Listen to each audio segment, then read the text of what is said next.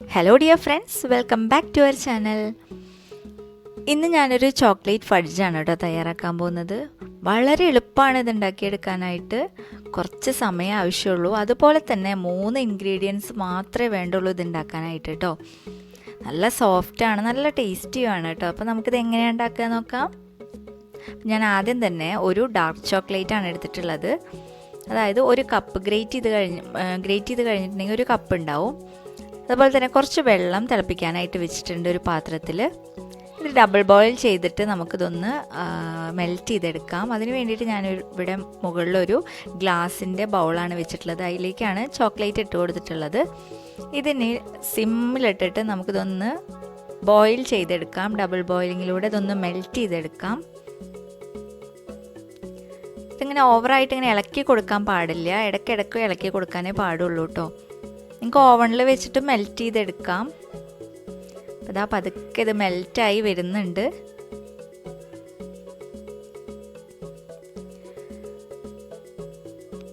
വെള്ളമൊന്നും ഒഴിച്ചു കൊടുക്കണ്ട കേട്ടോ. ഇതിങ്ങനെ ജസ്റ്റ് ഇങ്ങനെ ചെറിയ ഫ്ലെയിമിൽ ഇങ്ങനെ വെച്ച് കൊടുത്താൽ പതുക്കെ മെൽറ്റായി വരും. ഞാനിവിടെ നമ്മൾ കേക്കിനൊക്കെ യൂസ് ചെയ്യുന്ന ഡാർക്ക് ചോക്ലേറ്റ് ആണ് എടുത്തിട്ടുള്ളത്. നമ്മുടെ ഡാർക്ക് ചോക്ലേറ്റ് ഒക്കെ നന്നായിട്ട് മെൽറ്റായി വന്നിട്ടുണ്ട്. ഇനി നമുക്കിത് ഫ്ലെയിമിൽ നിന്ന് മാറ്റി വയ്ക്കാം. ഇതിലേക്ക് ഒരു 200 ml കണ്ടൻസ്ഡ് മിൽക്ക് ചേർത്ത് കൊടുക്കുന്നുണ്ട്. അതായത് ഒരു കപ്പ് ഡാർക്ക് ചോക്ലേറ്റിലേക്ക് 200 ml കണ്ടൻസ്ഡ് മിൽക്കാണ് ചേർത്ത് കൊടുക്കുന്നത്. നന്നായിട്ടൊന്ന് മിക്സ് ചെയ്തെടുക്കുകയാണ് വേണ്ടത്.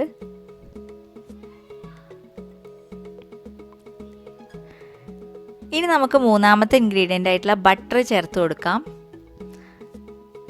മെൽറ്റ് ചെയ്ത് വെച്ചിട്ടുള്ള ബട്ടർ ചൂട് കൊടുക്കാൻ തന്നെ ഒരു ടേബിൾ സ്പൂൺ ചേർത്ത് കൊടുക്കുകയാണ്. എന്നിട്ട് ഇത് മൂന്നും കൂടി നന്നായിട്ട് മിക്സ് ചെയ്തെടുക്കുക. നന്നായിട്ട് കട്ടിയാവും കേട്ടോ അത്. അപ്പോൾ ഈ ഒരു കൺസിസ്റ്റൻസി ഉണ്ടല്ലോ, ഇതാണ് വേണ്ടത്. ഇത് ആയിക്കഴിഞ്ഞാൽ നമുക്കിനി സെറ്റ് ചെയ്യാൻ വെക്കാം. ഇനി നമുക്കിതൊന്ന് സെറ്റ് ചെയ്യാനായിട്ട് ഞാൻ ഒരു സ്റ്റീലിൻ്റെ പാത്രമാണ് എടുത്തിട്ടുള്ളത്. അതിലേക്ക് ബട്ടർ പേപ്പർ വെച്ച് കൊടുക്കുക. ഞാനിവിടെ ബട്ടർ പേപ്പർ ഉണ്ടാക്കി എടുത്തിട്ടുള്ളതാണ്. A4 ഷീറ്റിൻ്റെ മുകളിൽ കുറച്ച് സൺഫ്ലവർ ഓയിലൊന്ന് സ്പ്രെഡ് ചെയ്ത് കൊടുത്ത് ഒന്ന് ഉണക്കി എടുത്തിട്ടുള്ളതാണ് കേട്ടോ. അപ്പം അതൊന്ന് ലെവൽ ചെയ്ത് കൊടുക്കുക. ചോക്ലേറ്റ് ഒഴിച്ചതിന് ശേഷം ഒന്ന് ടാപ്പ് ചെയ്ത് കൊടുക്കും വേണം. എന്നിട്ട് ഇതൊരു ഓവർനൈറ്റ് നമുക്ക് ഫ്രിഡ്ജിൽ വെക്കാം. ഫ്രീസറിലൊന്നും വെക്കേണ്ട ആവശ്യമില്ല. അതിന് ശേഷം ഇപ്പോൾ ഞാൻ എടുത്ത് നോക്കിയപ്പോൾ അടിപൊളിയായിട്ട് റെഡി ആയിട്ടുണ്ട്. നമുക്ക് ഈ ബട്ടർ പേപ്പറൊക്കെ ഒന്ന് മാറ്റി കൊടുക്കാം.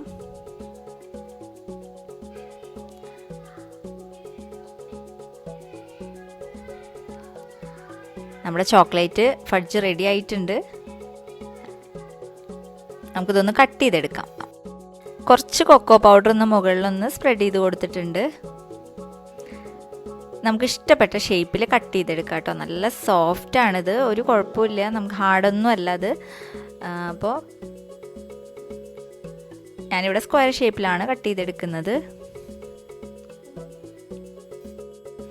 അപ്പോൾ അതാ നമ്മുടെ ചോക്ലേറ്റ് ഫഡ്ജ് ഇതാ അടിപൊളിയായിട്ട് റെഡി ആയിട്ടുണ്ട്. നല്ല സോഫ്റ്റാണിത്, അതുപോലെ തന്നെ നല്ല ടേസ്റ്റുമാണ് കേട്ടോ. അപ്പോൾ നിങ്ങളെല്ലാവരും ഉണ്ടാക്കി നോക്കുക.